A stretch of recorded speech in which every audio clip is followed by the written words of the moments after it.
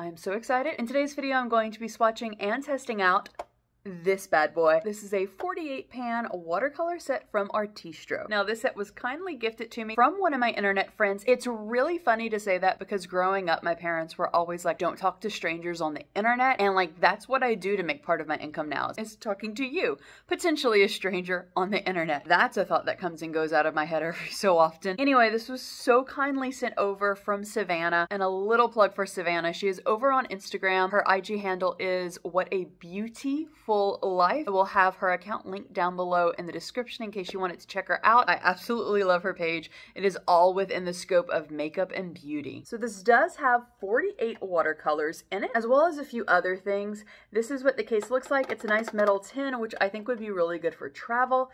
It has all of the colors here, and when you open it, you have the colors here as well on a card swatch. It does come with a travel brush that you can put water inside, a fine point brush, and a water-based marker, a sponge, and some places to do a little mixing. I did put this a while back on my Amazon wish list, which is exactly how Savannah found it. I always have my Amazon wish list down below in the description box. I made a joke one time over in my stories, a joke but not joking. If you know someone who has a company that like needs like to spend X amount of money by like tax day so they can get a tax write-off, like send them that list. Even if it makes nobody else chuckle, it makes me chuckle, and that's all that matters as long as you can make yourself laugh. I really wanted to see with this palette, like yes, beautiful, but they have some metallic shades in here. I'm really excited to see how they swatch. So speaking of swatches, let's get into that little swatch party.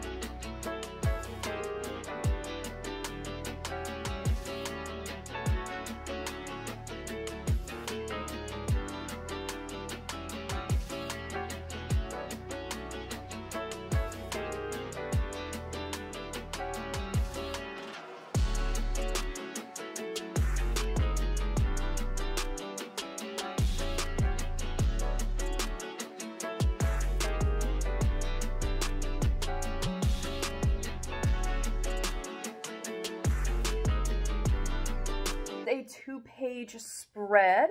This is what all of the swatches look like once they are dry. And I try to do, anytime I swatch, specifically watercolor paints and gouache as well, I like to try to see what it looks like whenever it's like more of a full-bodied, and then when it's more sheared out, to see if I can shear it out, exactly what that looks like. And I was really, really impressed with all of these. So let's see, I'm gonna show y'all what my favorite ones so far probably will be. I was actually really like, with this white right here, because most watercolor whites that I've swatched like blend in with the paper. This one has a slight cream tint to it. I really do like flesh.